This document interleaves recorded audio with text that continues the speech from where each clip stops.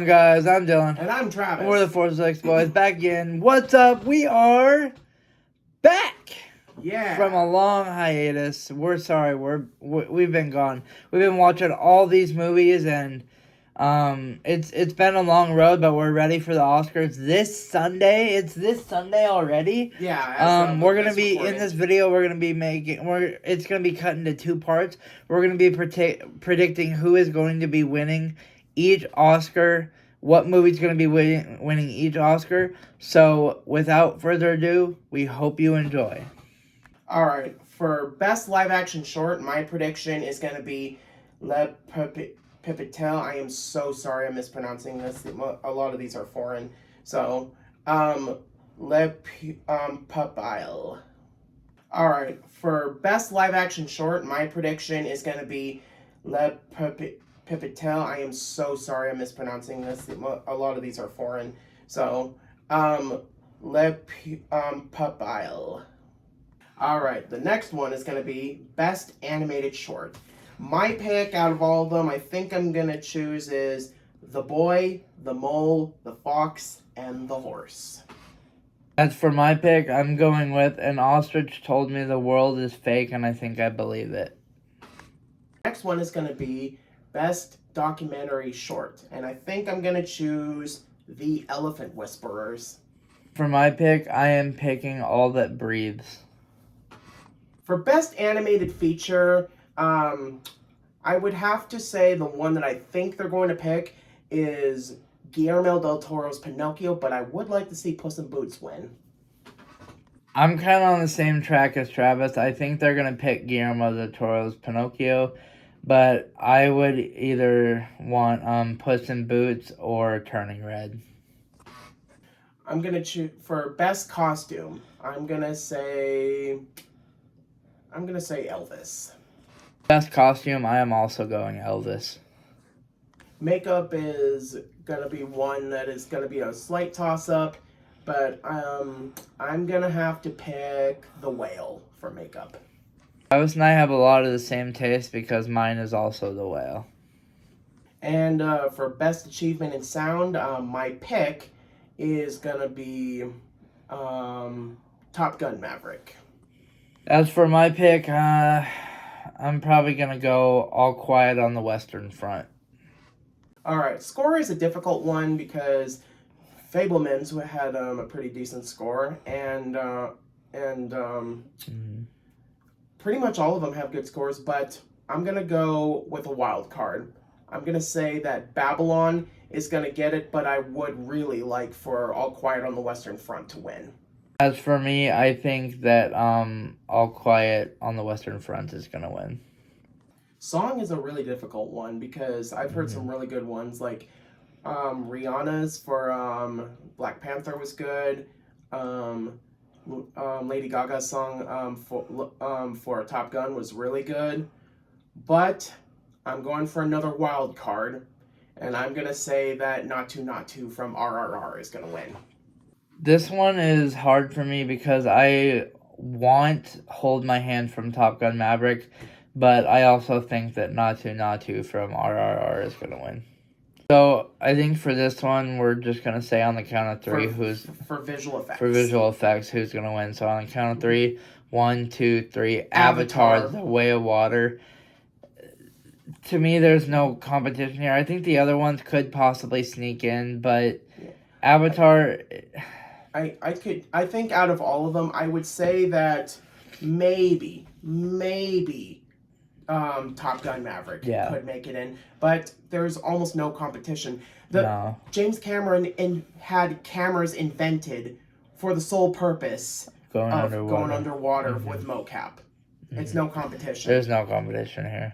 Next one is going to be production design, aka the set and the general look of the movie. So this one was a tough one because a lot of them have pretty good sets. But again, I think they're going to choose Babylon for this one. For my pick, this is tough because I'm going between two of them, but I personally think they're going to go with Elvis. The next one is going to be Achievement in Film Editing. Pretty stiff competition there, but if I'm being completely honest, I honestly think that the winner is going to go to Everything Everywhere All at Once. I have to agree with Travis. I think Everything Everywhere All at Once is going to take this one. It's just the editing in that movie is just too great. The next one is going to be Achievement in Cinematography. This one is a really hard one because I was juggling between Tar and All Quiet on the Western Front. But going with my gut, I'm going to probably pick All Quiet on the Western Front. This one was also tough for different picks, but I think that I want All Quiet on the Western Front, but I think that they're going to pick Bardo False Chronicle of a Handful of Truths.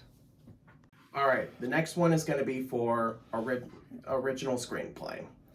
For this one, it was a tough one, but I'm honestly thinking that they might give it to Banshees of Inisherin, but I would really like for them to pick Everything Everywhere All at Once.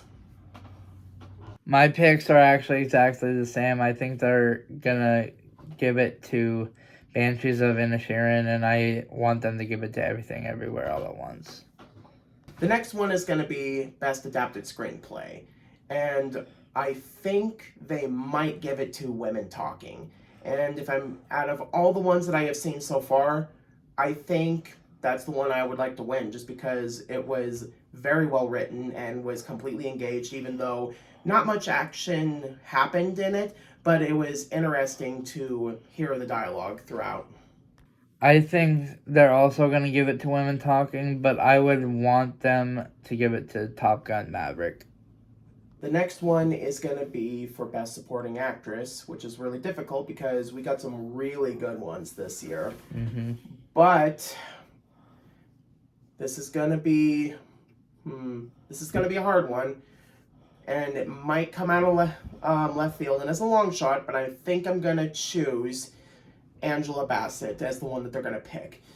But I would really, out of all of them, as good as Hong Chu was and Carrie Condon were in their parts, I think I would like to give it to Stephanie Hsu, because just because of the range of acting that she did, how the fact that she essentially played more than one different roles at the same time, and was probably one of the better performances overall.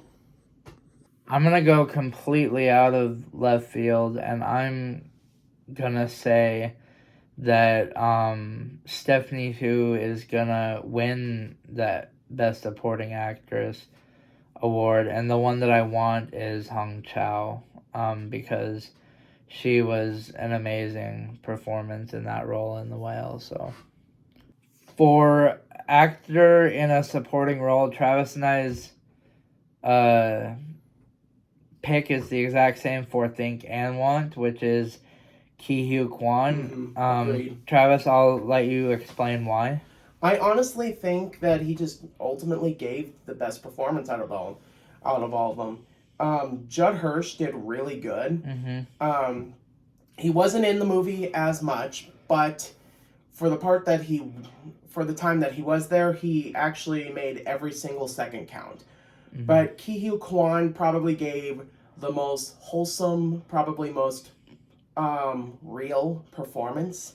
Yeah. And it's just hard not to like the guy.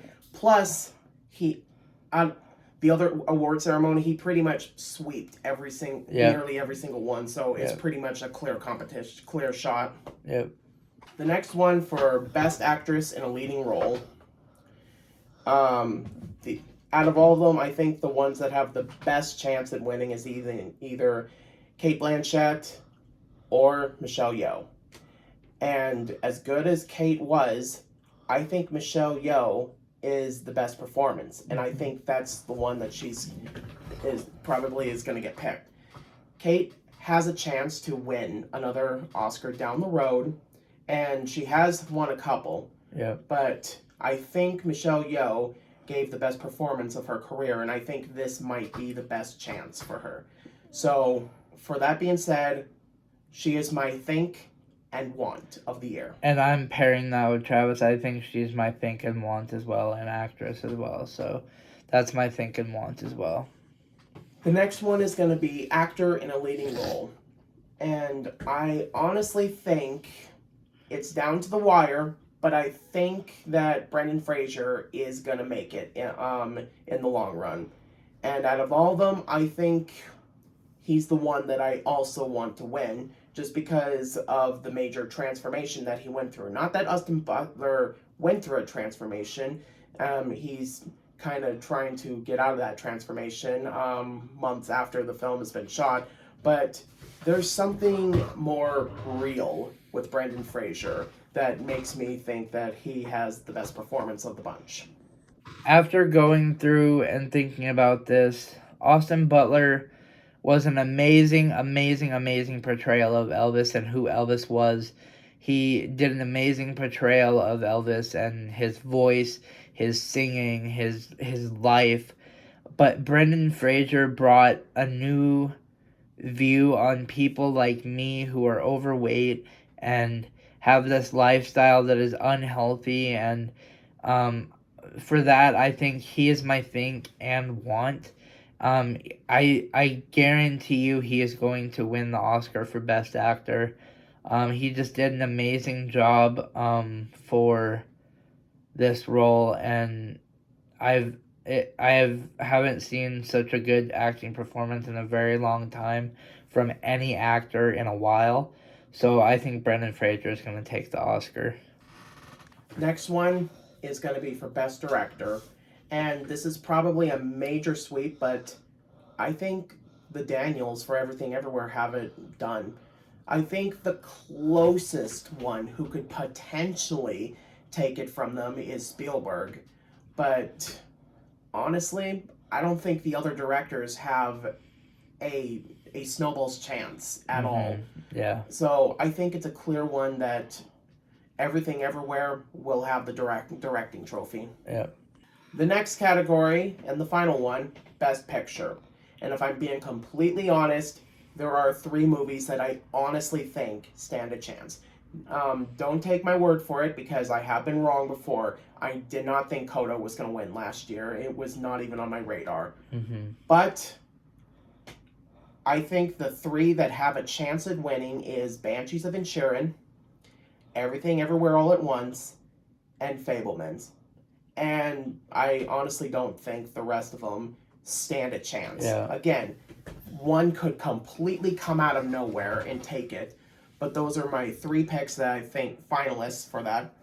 So, out of the 3, my pick for who I think is going to win is Everything Everywhere All at Once, and I would really love for Everything Everywhere All at Once to win, with the Fabelmans as a very close second. And my picks are exactly the same. Everything Everywhere All at Once. If you watched our best movies of 2022 video, you'll know that my number 1 movie of 2022 still is and was Everything Everywhere All at Once. And probably is, honestly, in my top 3 best movies of the decade. Probably. Yeah, it's my favorite movie. Honestly, it's one of the best movies of the decade I've ever seen. Honestly, probably one of the best movies of the century so far I've seen. It's a great movie, and honestly, it could sweep the major categories. Supporting actor, supporting actress, actor, actress, and director and picture. And there hasn't been a movie that I believe has done that since what? Wait. So like have one director, picture, actor. There hasn't been one since Silence of the Lambs. Yeah, there hasn't been one since 91, so. And honestly, I think it's at the point where everyone who doesn't like Everything Everywhere are people who have not seen the movie. And if there's a movie any year of any time for it to do it, it is this movie, because this movie, I'm telling you, is that great. This is literally Silence of the Lambs caliber great movie. Yeah, it's essentially Doctor Strange in the Multiverse of Madness, the better version. Yeah. But go watch this movie, please. That was our part 2 video of who's gonna win at the Oscars.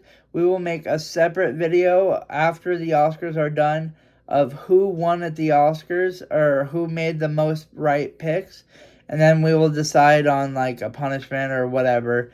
If you like this video and you want to see more videos like this video, hit that sub button, hit that like button, turn on notifications so you get notified when we upload new videos. I'm Dylan. And I'm Travis. And we're the 4-6 Boys. See you.